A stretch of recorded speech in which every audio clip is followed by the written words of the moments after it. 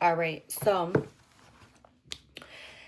asset protection from creditors and legal judgments. So, asset protection is a fundamental advantage of establishing a 508 trust, providing significant safeguards for the assets of faith based organizations against creditors and legal judgments. This protection is crucial for maintaining the integrity and sustainability of these organizations, allowing them to fulfill their religious mission without the threat of financial disruption caused by external claims.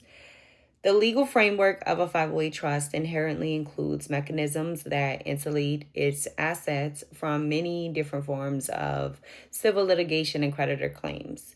When a trust is established correctly in the section of the IRS code, the assets held within a trust are legally separated from the personal assets of the individual managing or benefiting from the trust.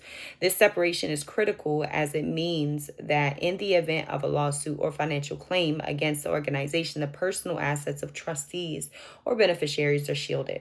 More importantly, the assets within the trust itself are protected, ensuring they cannot be quickly seized or attached by creditors. This level of protection is afforded because the trust operates as a distinct legal entity.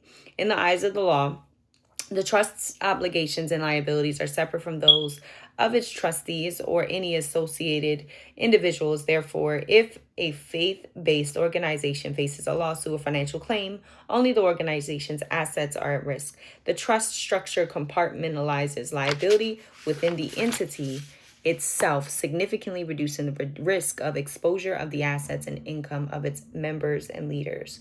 The protection from creditors and legal judgments is not merely a byproduct of the trust's structure, it is a deliberate provision designed to ensure that these organizations can operate without interruption.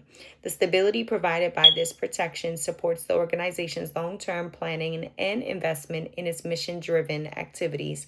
Faith based organizations can allocate resources confidently to community and religious services, knowing that these assets are safe from unrelated financial claims.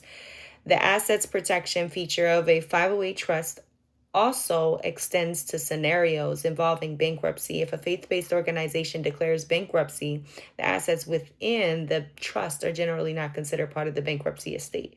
This means they are often beyond the reach of creditors in bankruptcy proceedings, providing a financial haven that ensures the continuity of the organization's core functions and services during economic distress.